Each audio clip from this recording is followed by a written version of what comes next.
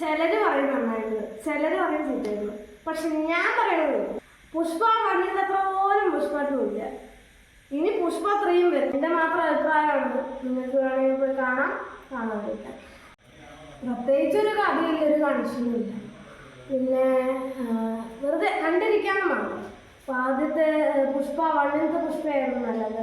അല്ലു അർജുൻ്റെ ഓരോ ബോഡി ലാംഗ്വേജും അതൊന്നും ഒട്ടും കണക്ഷൻ ഒരു മാച്ച് ആയില്ല. അല്ലു അർജുന് മാച്ച് ആവാത്ത രീതിയിലുള്ള ഡ്രസ്സൊക്കെയാണ് അദ്ദേഹം ധരിക്കുന്നത്. അത് ഒട്ടും നന്നായിട്ടില്ല ഈ ഒരു സിനിമയിൽ. എൻ്റെ മാത്രം അഭിപ്രായമാണ്. നിങ്ങൾക്ക് വേണമെങ്കിൽ പോയി കാണാതിരിക്കാം.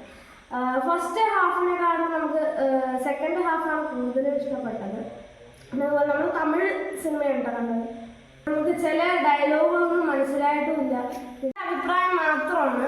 ഒരു ആവശ്യമില്ലാത്ത സ്ഥലത്തൊക്കെ പാട്ട് ഡാൻസ് ഒക്കെ വന്ന് ആകെ ചാളമാക്കി സിനിമ. പിന്നെ മറ്റേ തോളത്ത് തീ കത്തിച്ച് അവിടെ സിഗരറ്റ് വെച്ചിട്ട് ആക്കുന്ന സംഭവം അത് ഒട്ടും കൊള്ളില്ല. പിന്നെ കുറേ സംഭവങ്ങളൊന്നും കാണാനായിട്ട് രസമില്ല. എന്നാലും കണ്ടിരിക്കണം. കഥയൊന്നുമില്ല, ജസ്റ്റ് കാണാം, അത്രേ ഉള്ളൂ. അതായത് നമ്മുടെ പുഷ്പയുടെ ഭാര്യയായിട്ടാണ് രശ്മിക മന്ദാന ഇതിൽ അഭിനയിക്കുന്നത്. അതുപോലെ തന്നെ നമ്മുടെ ഫഹദ് ഫാസിൽ ഇതിൽ IPS കാരനാണ്. ഫഹദ് ഫാസില് പുഷ്പ 1 കുറച്ച് ഉണ്ടായിരുന്നെങ്കിലും അതിൽ കുറച്ച് വില ഉണ്ടായിരുന്നു.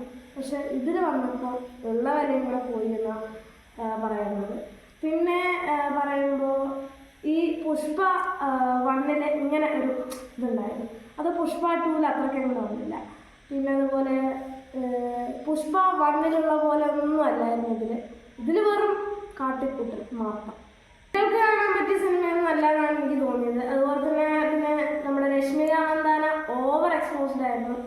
പിന്നെ പറയുമ്പോൾ ARMൻ്റെ അത്രയൊന്നും ഈ പുഷ്പ 2 വന്നില്ല. പുഷ്പ 1 അത്രയും പുഷ്പ 2 വന്നില്ല.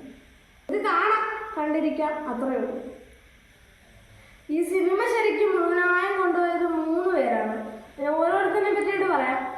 ആദ്യം നമ്മുടെ അല്ലു അർജുൻ, നമ്മുടെ പുഷ്പ ഇതിൽ വന്നപ്പോൾ നമ്മുടെ ലോക്കലായിട്ടുള്ളൊരു പുഷ്പയായിരുന്നു നല്ലത്. അല്ലാതെ ഇത് ഓവർ ബോസായി ഓവർ ഭരിക്കുന്നൊരു രീതിയാണ്. നമ്മുടെ ഭരണം തന്നെയാണ് സിനിമ, പക്ഷെ എന്തായാലും ഓവർ ഭരണമാണ്.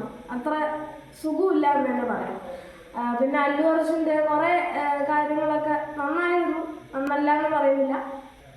പിന്നെ നമ്മുടെ രണ്ടാമത്തെ ആളാണ് രശ്മിക മന്ദാന, നമ്മുടെ അല്ലു അർജുൻ്റെ ഭാര്യയായിട്ട് ഈ സിനിമയിൽ അഭിനയിച്ചിട്ടുണ്ട്. അവർ പകുതി മുക്കാലും ഈ സിനിമ കൊണ്ടുപോയിട്ടുണ്ട്. പിന്നെ നമ്മുടെ ഓവർ എക്സ്പോസ്ഡ് ആയിരുന്നു.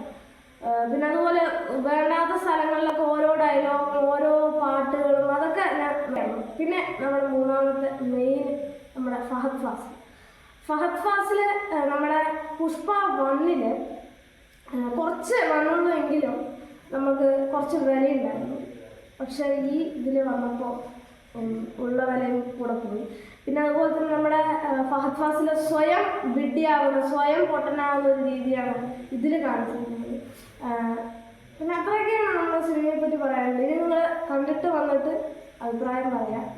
3.5 മണിക്കൂർ സിനിമ കൊണ്ടുപോകാൻ വേണ്ടിയിട്ട് എന്തൊക്കെയോ സീനുകൾ അതിൻ്റെ അടിയിൽ കൂടെ ഇങ്ങനെ കുത്തിത്തിരിക്കിയിരിക്കണം. അല്ലാണ്ട് ഒരു കാര്യമില്ല. ഇതൊന്നും 2 മണിക്കൂർ സിനിമ ഓരോ ഇതും ഇങ്ങനെ കുത്തിത്തിരിക്കിയിരിക്കണ പോലെയാണ് നമുക്ക് തോന്നിയത്. 3.5 മണിക്കൂറാക്കാൻ വേണ്ടി കഷ്ടപ്പെട്ട പോലെ.